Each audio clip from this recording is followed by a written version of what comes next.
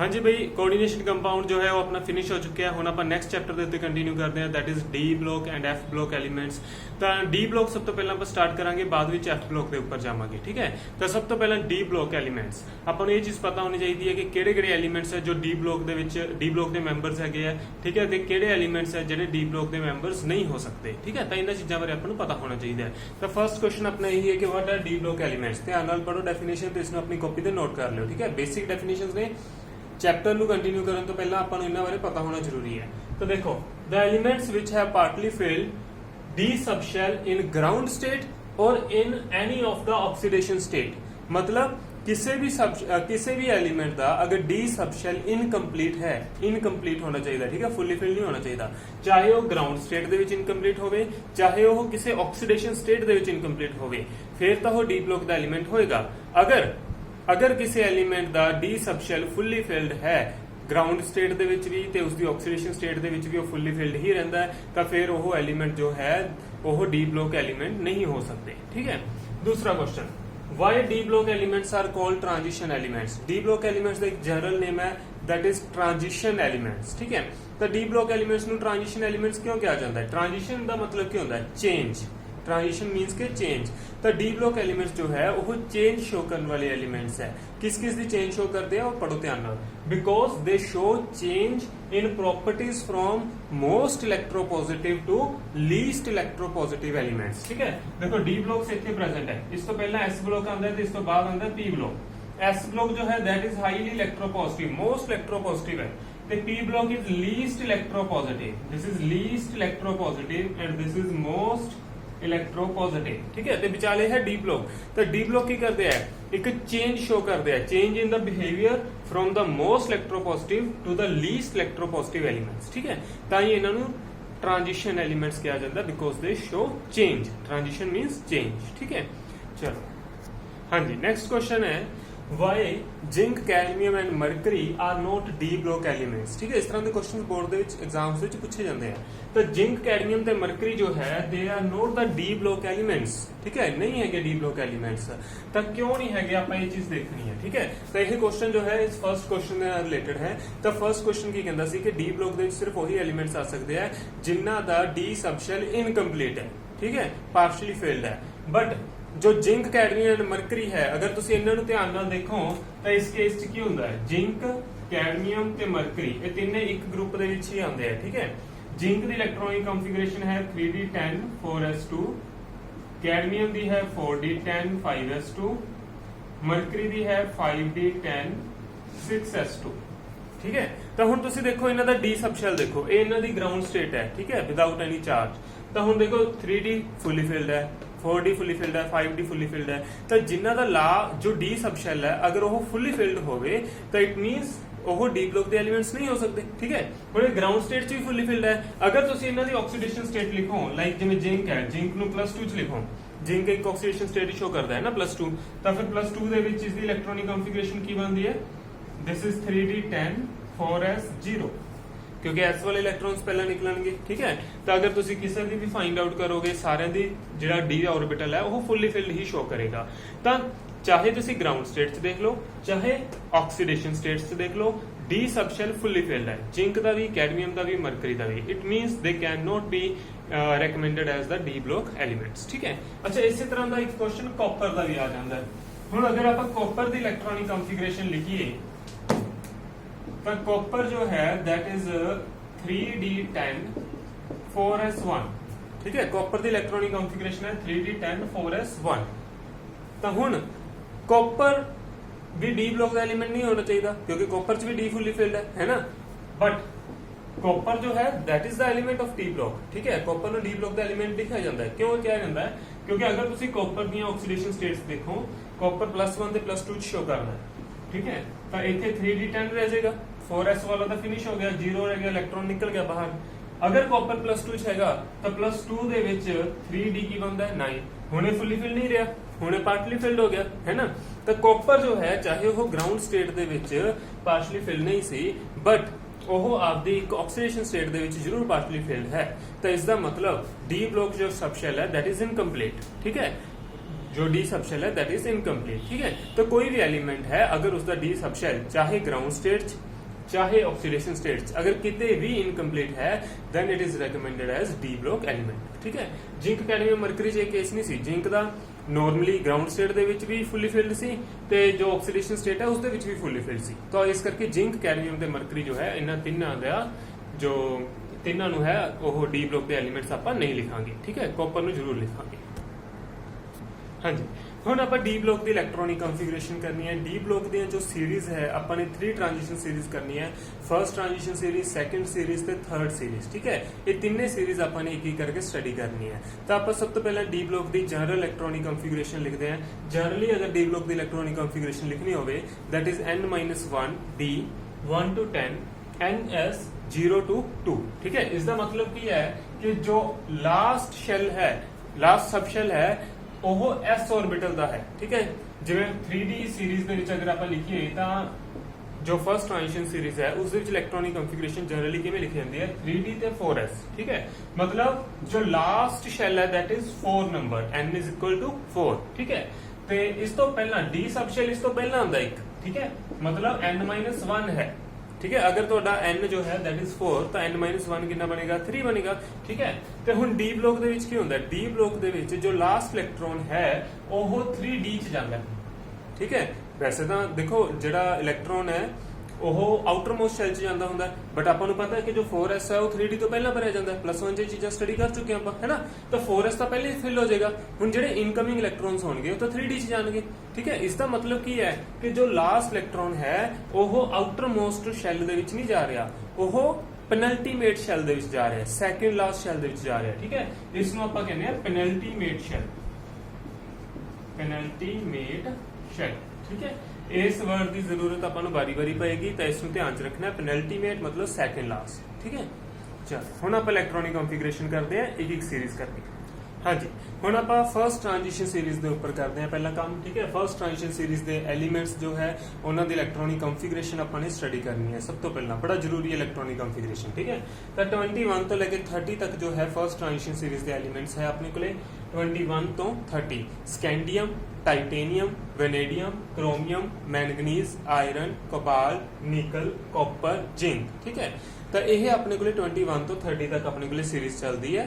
ठीक है, अच्छा हुण इन्हां दे नेम जिहड़े हैगे तुसीं याद करने ते इलैक्ट्रॉनिक कन्फिगरेशन फिल करनी है। ठीक है, एटॉमिक नंबर 21 है, इट मीनस कि स्कैंडियम दे कोले 21 इलैक्ट्रॉन्स है। तो हुण इलैक्ट्रॉनिक कन्फिगरेशन तुसीं सारी मतलब +1 सीखी हुई है तो इलैक्ट्रॉनिक कन्फिगरेशन आंदी है ना लिखनी।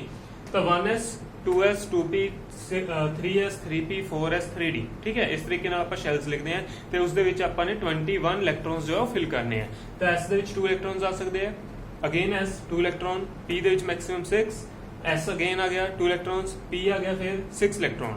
अच्छा 4s जो है that is filled firstly as compare to 3d। ठीक है, तो हम देखो अप टू 3p6 ਤੁਹਾਡੇ ਕੋਲੇ 18 ਇਲੈਕਟ੍ਰॉन्स ਹੋ ਚੁੱਕੇ ਹੈ। ਠੀਕ ਹੈ, 18 ਤਾਂ ਹੋ ਗਏ, 21 ਫਿਲ ਕਰਨੇ ਆ ਤਾਂ 3 ਇਲੈਕਟ੍ਰॉन्स ਹੋਰ ਫਿਲ ਕਰਨੇ ਆ। ਤਾਂ s ਦੇ ਵਿੱਚ ਜਾਣ ਕੇ ਪਹਿਲਾਂ 2 ਤਾਂ ठीक है, 1 इलेक्ट्रॉन इज स्टिल पेंडिंग। तो जो लास्ट इलेक्ट्रॉन है that will enter in the 3d मतलब के पेनल्टीमेट शेल। ठीक है, 4 लास्ट वाले ऑर्बिटल च नहीं गया, 3 वाले ऑर्बिटल च गया। ठीक है, तो हुण 3 वाले शेल दे विच गया है ना। तो हुण देखो कि जो आउटर इलेक्ट्रॉनिक कन्फिगरेशन है अपने कोले स्कैंडियम दी वो की बन रही है, वो बन रही है 4s2 3d1। ठीक है, अपन बारी बारी लिखने की जरूरत नहीं है, आप आउटर इलेक्ट्रॉनिक कन्फिगरेशन याद रख लो, सफिशिएंट है। ठीक है, तो हुण ये जो सारे एलिमेंट्स है इन्हां सारियां दे विच आउटर इलेक्ट्रॉनिक कन्फिगरेशन तो ही होएगी 4s3d। ठीक है, तो सब तो पहला तो तुसी सारे एलिमेंट्स जो है उन्हां दे लई ये चीज तो कॉमन ही लिख लो 4s3d 4s3d। ठीक है, बाद विच इन्हां दे विच ਆਪਾਂ इलेक्ट्रॉन्स फिल कर देने। चल ये हो गया ਤੁਹਾਡੇ ਕੋਲੇ 4s3d सारे एलिमेंट्स ਲਈ ਹੋ ਗਿਆ। ਹੁਣ ਆਪਾਂ इलेक्ट्रॉन्स फिल करिए। ठीक है, तो देखो ਸਕੈਂਡੀਅਮ ਦੇ ਵਿੱਚ 21 ਇਲੈਕਟ੍ਰॉन ਸੀ, ਟਾਈਟੇਨੀਅਮ ਚ 22 ਇਲੈਕਟ੍ਰॉन्स ਹੋ ਗਏ, ਇੱਕ ਇਲੈਕਟ੍ਰॉन ਹੋਰ ਆ ਗਿਆ। ਤਾਂ ਆਪਾਂ ਕੀ ਕਰਨਾ ਹੈ 4s ਦਾ ਦੋਨੇ ਫੁੱਲੀ ਫਿਲਡ ਹੈਗੇ, 4s ਦਾ 2 ਇਲੈਕਟ੍ਰॉन्स ਆ ਸਕਦੇ ਸੀ, ਦੋਨੇ ਹੈਗੇ ਆ ਆਲਰੇਡੀ ਹੈਗੇ ਹੈ ਨਾ। d ਦੇ ਵਿੱਚ ਨੈਕਸਟ ਇਲੈਕਟ੍ਰॉन ਐਂਟਰ ਕਰੇਗਾ ਤਾਂ 3d1 ਤੋਂ ਕਿੰਨਾ ਹੋ ਜਾਏਗਾ 3d2 ਹੋ ਜਾਏਗਾ। ਠੀਕ ਹੈ, ਇਸੇ ਤਰੀਕੇ ਨਾਲ ਸਾਰੇ ਚ ਫਿਲ ਕਰੀ ਚੱਲੋ 4s2 3d3 3d4 3d5 3d6 3d7 3d8 3d9 ਤੇ 3d10।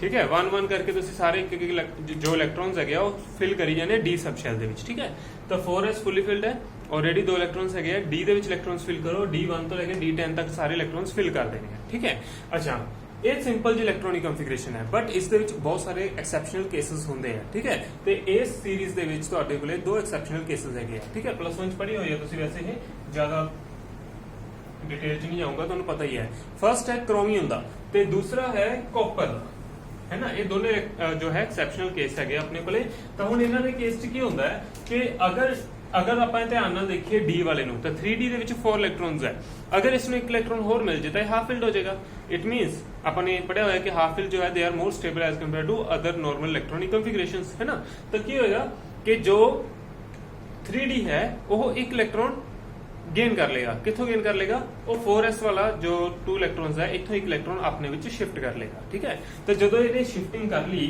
तो तुहाडे कोले की बनेगा 4s च एक इलेक्ट्रॉन ले जाएगा ते 3d च हो जाएंगे 5 ठीक है तो ये इलेक्ट्रॉनिक कॉन्फ़िगरेशन जिहड़ी हैगी तुहाडे कोले क्रोमियम दी एग्जिस्ट करदी है 4s1 3d 5 बिकॉज s जो है s ऑर्बिटल दे विचों एक इलेक्ट्रॉन किथे शिफ्ट हो गया d दे विच शिफ्ट हो गया ठीक है तो 4s च 1 रह गया 3d च 5 हो गए ठीक है this is stable electronic configuration this is not stable ठीक है तो क्रोमियम दी सही इलेक्ट्रॉनिक कॉन्फ़िगरेशन तुसीं लिखनी है 4s1 3d 5 ये ना लिख दियो गलत हो जाएगा ठीक है सेम कॉपर दा कॉपर में भी अगर एक इलेक्ट्रॉन मिल जाए तो फिर फुली फिल्ड हो जाएगा अगर ये फुली फिल्ड हो गया तो इट मींस कि स्टेबल हो जाएगा तो कॉपर भी की करेगा s दे विच एक इलेक्ट्रॉन शिफ्ट कर लेगा फिर d दे विच शिफ्ट कर लेगा d फुली फिल्ड हो गया ठीक है तो हुन जो इलेक्ट्रॉनिक कॉन्फ़िगरेशन है सही इलेक्ट्रॉनिक कॉन्फ़िगरेशन की है copper the that is 4s1 3d 10 not 4s2 3d 9 ठीक है सो ਇਹ ਤੁਹਾਡੇ ਕੋਲੇ ਫਸਟ ਜੋ ਸੀਰੀਜ਼ ਹੈ ਟ੍ਰਾਂਜੀਸ਼ਨ ਸੀਰੀਜ਼ 21 ਤੋਂ ਲੈ ਕੇ 30 ਤੱਕ ਤੁਹਾਡੇ ਕੋਲੇ ਚੱਲਦੀ ਹੈ ਤਾਂ ਇਸ ਸੀਰੀਜ਼ ਨੂੰ ਧਿਆਨ ਰੱਖਣਾ ਹੈ ਠੀਕ ਹੈ ਇਲੈਕਟ੍ਰੋਨਿਕ ਕਨਫੀਗਰੇਸ਼ਨ ਨੂੰ ਧਿਆਨ 'ਚ ਰੱਖਣਾ ਹੈ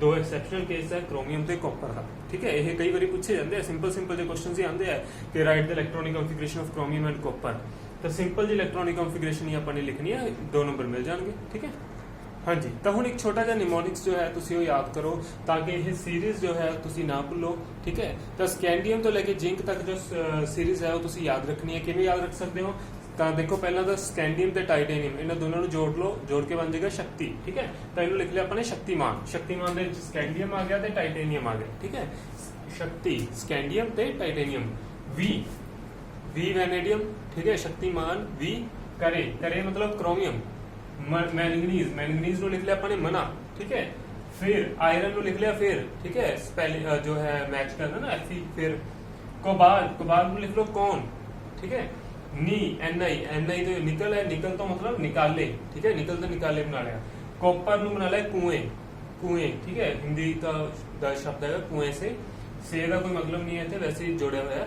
तो कुएं जिंक फॉर जान ठीक है जिंक तो जिंक नु जान लिख लिया तो हुण अपने कोले सीरीज की बनदी है शक्तिमान वी करे मना फिर कौन निकाले कुएं से जान ठीक है तो सिंपली याद रह जाएगी थोड़े सारी सीक्वेंस याद हो जाएगी सिंबल्स याद हो जाएंगे उन्हां दे नेम याद हो जाएंगे ठीक है एक बारी च नहीं याद होंगे 2-3 बारी लिखोगे कॉपी दे उत्ते फिर ये याद होंगे ठीक है एटलीस्ट जो है तुसीं इन्हां नूं 3-3 बारी जो है वो लिखोगे फिर ही तुहाडे सारी सीरीज जिहड़ी हैगी है वो याद होनी है ठीक है चलो हुण आपां नेक्स्ट सीरीज जो है वो स्टार्ट करते हैं सेकंड ट्रांजिशन सीरीज तो सेकंड ट्रांजिशन सीरीज दी इलेक्ट्रॉनिक कॉन्फ़िगरेशन उन्होंने भी याद करना है ठीक हाँ जी सेकंड ट्रांजिशन सीरीज में देखो जो सेकंड ट्रांजिशन सीरीज है वो 39 to 48 है ठीक है 39 तो लेके 48 तक फिनिश होती है जाके तो इसके जो एटम्स है ठीक है सारे एलिमेंट्स अपन याद करने हैं Y for yttrium ZR zirconium NB niobium MO molybdenum TC technetium RU ruthenium RH रोहोडियम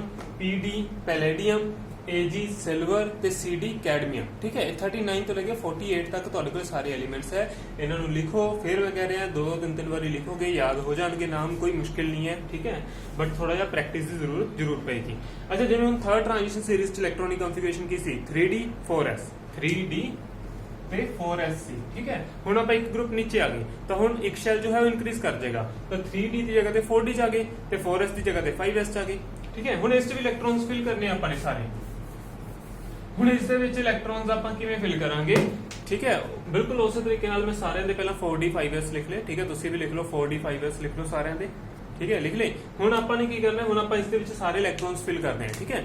तो सब तो पहला यट्रियम, यट्रियम की लास्ट इलेक्ट्रॉनिक कॉन्फ़िगरेशन की बनेगी, ठीक है, 41 5s2, क्योंकि इसका फिल हो जाएगा, दोनों इलेक्ट्रॉन्स आ जाएंगे ਤੇ ਲਾਸਟ ਤੇ d ਦੇ ਵਿੱਚ ਇੱਕ ਇਲੈਕਟ੍ਰॉन ਐਂਟਰ ਕਰ ਜਾਏਗਾ, ठीक है। ਜਿਵੇਂ 3d1 4s2 ਬਣਿਆ ਸੀ, ਉਵੇਂ 4d1 5s2 ਬਣ ਗਿਆ ਆਪਣੇ ਕੋਲੇ, ठीक है। ਲਾਸਟ ਤੇ ਬਿਲਕੁਲ ਆਊਟਰ ਇਲੈਕਟ੍ਰॉनिक कॉन्फ़िगरेशन याद रखनी है ਆਪਾਂ ने, बाकी की जरूरत नहीं है। अच्छा नेक्स्ट आ गया जेट्रियम, सॉरी जिरकोनियम, जेट्रियम तो हो गया जिरकोनियम। जिरकोनियम ਦੇ ਵਿੱਚ ਕੀ ਆਏਗੀ 4d2 5s2, ठीक है, एक इलेक्ट्रॉन होर डी च एंटर कर गया। ओके नेक्स्ट नायोबियम, नायोबियम ਦੀ देखो 4d3 5s2, ਇਹ इलेक्ट्रॉनिक कॉन्फ़िगरेशन होनी चाहिए है, ठीक है, बट एक्चुअली इसकी इलेक्ट्रॉनिक कॉन्फ़िगरेशन ये नहीं है, ठीक है, ये नहीं है। इसकी इलेक्ट्रॉनिक कॉन्फ़िगरेशन की है, इसकी है 4d4 5s1, मतलब S ਦਾ ਜੋ ਇੱਕ ਇਲੈਕਟ੍ਰੋਨ ਹੈ ਉਹ D ਚ ਸ਼ਿਫਟ ਹੋ ਗਿਆ। ਅੱਛਾ ਦੇਖੋ ਇਹ ਜਾਂ ਕੁਝ ਹੀ ਕ੍ਰੋਮੀਅਮ ਤੇ ਕਾਪਰ ਦੇ ਕੇਸ 'ਚ ਵੀ ਆਇਆ ਸੀ, ਹੈ ਨਾ। ਕ੍ਰੋਮੀਅਮ ਤੇ ਕਾਪਰ ਦੇ ਵਿੱਚ ਤਾਂ ਆਪਾਂ ਅੰਡਰਸਟੈਂਡ ਕਰਦੇ ਹਾਂ ਕਿ ਹਾਂ ਬਈ ਹਾਫ ਫਿਲਡ ਤੇ ਫੁੱਲੀ ਫਿਲਡ ਬਣਿਆ ਸੀ, ਬਟ ਇੱਥੇ ਤਾਂ D ਹਾਫ ਫਿਲਡ ਵੀ ਨਹੀਂ ਬਣ ਰਿਹਾ, 3 ਇਲੈਕਟ੍ਰੋਨ ਸੀਗੇ, ਠੀਕ ਹੈ। ਇੱਕ ਹੋਰ ਅਗਰ ਸ਼ਿਫਟ ਵੀ ਕਰਤਾ ਤਾਂ ਫਿਰ 44 ਹੋ ਗਿਆ, ਠੀਕ ਹੈ। ਬਟ ਫਿਰ ਇਸ ਨੂੰ ਇਲੈਕਟ੍ਰੋਨ ਸ਼ਿਫਟ ਕਰਨ ਦੀ ਕੀ ਜ਼ਰੂਰਤ ਪਈ, ਠੀਕ ਹੈ। ਇਹ ਅਸਲ 'ਚ ਕੁਝ ਨਿਊਕਲੀਅਰ ਇਲੈਕਟ੍ਰੋਨ ਤੇ ਇਲੈਕਟ੍ਰੋਨ ਫੋਰਸਸ ਹੁੰਦੀਆਂ, ਠੀਕ ਹੈ, ਉਹਨਾਂ ਦੇ ਕਾਰਨ ਇਹ ਜੋ ਸ਼ਿਫਟਿੰਗ ਹੈ ਉਹ ਹੁੰਦੀ ਰਹਿੰਦੀ ਹੈ। ਇਹਨਾਂ ਨੂੰ ਆਪਾਂ ਬਾਅਦ 'ਚ ਡਿਟੇਲ 'ਚ ਸਮਝਾਂਗੇ। ਫਿਲਹਾਲ ਆਪਾਂ ਇਲੈਕਟ੍ਰੋਨਿਕ ਕਨਫੀਗਰੇਸ਼ਨ ਕਰ ਰਹੇ ਹਾਂ, ਤਾਂ ਕੁਝ ਐਕਸੈਪਸ਼ਨਲ ਕੇਸ ਇਸ ਤਰ੍ਹਾਂ ਦੇ ਤੁਹਾਨੂੰ ਯਾਦ ਰੱਖਣੇ ਪੈਣਗੇ, ਠੀਕ ਹੈ। ਤਾਂ ਇਸ ਨੂੰ ਯਾਦ ਰੱਖਣਾ ਬੜਾ ਈਜ਼ੀ ਹੈ। ਦੇਖੋ ਨਾਇਓਬੀਅਮ ਹੈ, ਨਾਇਓਬੀਅਮ ਦਾ ਐਟੋਮਿਕ ਨੰਬਰ 41 ਹੈ, ਠੀਕ ਹੈ, 41, ਤਾਂ ਸੇਮ ਇਲੈਕਟ੍ਰੋਨਿਕ ਕਨਫੀਗरेशन है 4 1 4 1, ठीक है। तो तुम सिंपली याद रख सकते हो, नायोबियम पे जो पहुंच गए तो इसका मतलब उसकी इलेक्ट्रॉनिक कॉन्फ़िगरेशन 4 1 लिखनी है, ठीक है, सिंपल है काम। ओके इस तो बाद मोलिब्डेनियम, हुन मोलिब्डेनियम की होएगा 5s ਦਾ ਇੱਕ ਇਲੈਕਟ੍ਰੋਨ ਹੀ ਹੈਗਾ, ਹੈ ਨਾ। ਨੈਕਸਟ ਇਲੈਕਟ੍ਰੋਨ d ਚ ਜਾਏਗਾ, ਠੀਕ ਹੈ। ਹੁਣ ਇੱਥੇ ਇੱਕ ਰਹਿ ਗਿਆ ਨਾ 5s ਚ, ਪਹਿਲਾਂ ਦੋ ਸੀਗੇ, ਹੁਣ ਇੱਕ ਰਹਿ ਗਿਆ, ਤਾਂ ਹੁਣ 4d 4 ਤੋਂ ਰਹਿ ਜਾਏਗਾ 45, ठीक है, 44 तो 45 हो जाएगा, एक इलेक्ट्रॉन और एंटर कर गया।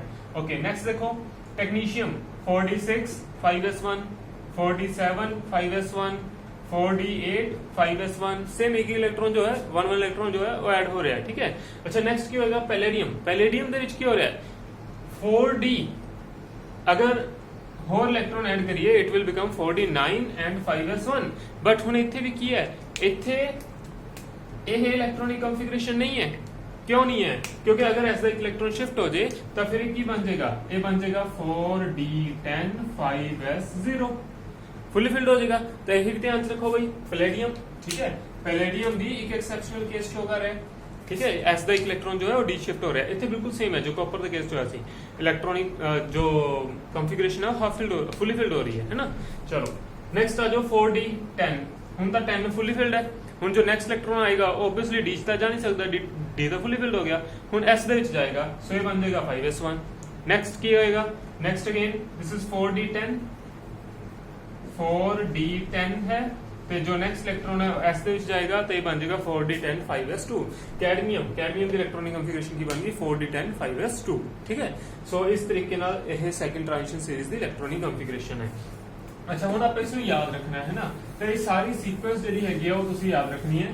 ਵੀਡੀਓ ਨੂੰ ਪੌਜ਼ ਕਰਕੇ ਸਾਰੀ ਤੁਸੀਂ ਲਿਖ ਲਿਓ, ਕਾਪੀ ਤੇ ਨੋਟ ਕਰ ਲਿਓ, ਠੀਕ ਹੈ। ਇਸ ਨੂੰ ਯਾਦ ਕਿਵੇਂ ਰੱਖਣਾ ਹੈ, ਤੁਸੀਂ ਇਸ ਨੂੰ y ਨੂੰ ਲਿਖ ਲਓ ਯਾਰ, ਠੀਕ ਹੈ।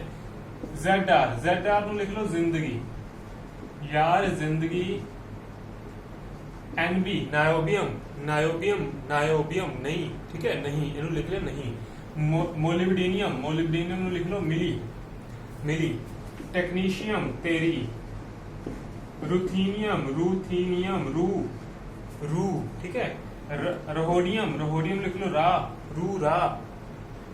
पैलेडियम पे, सिल्वर ਨੂੰ लिख लो AG है ना, AG।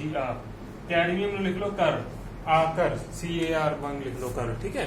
सो ਹੁਣ ਤੁਹਾਡੇ ਕੋਲ ਨਿਮੋਨਿਕਸ ਕੀ ਬਣ ਗਏ, यार जिंदगी नहीं मिली तेरी रू रा पे आकर, ठीक है, बड़ा सिंपल है, यार जिंदगी नहीं मिली तेरी रू रा पे आकर। सिंगल वर्ड्स है सारे, ठीक है, ਤੇ ਹਰ ਇੱਕ ਐਲੀਮੈਂਟ ਨੂੰ ਸਿੰਗਲ ਵਰਡ ਜੋ ਹੈ ਆਪਾਂ ਨੇ ਦਿੱਤਾ ਹੋਇਆ, ਤਾਂ ਬੜੀ ਆਸਾਨੀ ਨਾਲ ਤੁਹਾਡੇ ਇਹ ਦੱਸੇ ਐਲੀਮੈਂਟਸ ਜਿਹੜੇ ਹੈਗੇ ਉਹ ਯਾਦ ਹੋ ਜਾਣਗੇ, ਠੀਕ ਹੈ। ਹੁਣ ਥਰਡ ਟ੍ਰਾਂਜੀਸ਼ਨ ਸੀਰੀਜ਼ ਤੇ ਪਹੁੰਚਦੇ ਆਪਾਂ। ਹਾਂਜੀ ਹੁਣ थर्ड ट्रांजिशन सीरीज है, ठीक है। 4 ट्रांजिशन सीरीज है, वैसे 4th ਆਪਾਂ ਨਹੀਂ ਕਰਨੀ, ਆਪਾਂ 3 ट्रांजिशन सीरीज ही याद रखनी है, ठीक है, सफिशिएंट है, मोर देन सफिशिएंट है। अच्छा ਹੁਣ ਆਪਾਂ ਨੇ ਕੀ ਕਰਨਾ ਹੈ, जो 3rd ट्रांजिशन सीरीज है उसके एलिमेंट्स देखो, पहला 57, इस तो बाद 72 अप टू 80, ठीक है, मतलब पहला 57 नंबर आता है, उस तो बाद 72 तो काउंटिंग स्टार्ट होती है। विच वाले जो एलिमेंट्स है वो एक्चुअली एफ ब्लॉक के एलिमेंट्स हैं, ठीक है, तो उन्होंने एफ ब्लॉक के विच आपां स्टडी करांगे, ठीक है। फिलहाल इत्थे वो डी ब्लॉक के विच नहीं लिखे जा सकते। हाँ 57 इस तो बाद आता 72 अप टू 80, ठीक है, 9 एलिमेंट्स ये हो गए 72 तो 80 ते जो 1 एलिमेंट है 57 नंबर वाला, तो टोटल 10 एलिमेंट्स अपने को डी ब्लॉक के कंप्लीट हो गए। अच्छा हुण ये किहड़े है, LA lanthanum, HF hafnium, TA tantalum, W tungsten, RE रहीनियम, OS osmium, IR iridium, PT platinum, AU gold and HG mercury, ठीक है, ये सारे एलिमेंट्स अपने को हैगे। हुण इहनूं याद किवें रखना तुसीं, ठीक है। LA मतलब ला सिंपली याद रखो ला। हफ्ता दे विच तुहाडे कोल दोने आ गए, हॉफनियम भी आ गया ते टेंटेलम भी आ गया, ठीक है, दोने आ गए। ला हफ्ता ला, ठीक है। वरना रह उस एरिया, ठीक है, ला हफ्ता वरना रह उस एरिया विच रहना, ठीक है, जिथे रहना तो हफ्ता लिया, नहीं तो उस एरिया दे विच रह, ठीक है, सिंपली। तो जे इस एरिया च आ गया फिर क्या होएगा, फिर पिटेगा और हंसेगा, ठीक है, सिंपली। ला हफ्ता हॉफनियम टेंटेलम, वरना टंगस्टन W, रह रहीनियम, ठीक है, OS ओस्मियम, ओस एरिया, IR नु एरिया लिख लिया आपने, ठीक है, एरिया, ठीक है, या एरिया लिख लो, तुसी सिंपली याद रखना है ना, सिंबल एरिया, उस एरिया थोड़ा याद ही रखना, आप मॉडिफिकेशन इस तरह की कुछ भी कर सकते हैं, ठीक है, उस एरिया च रह।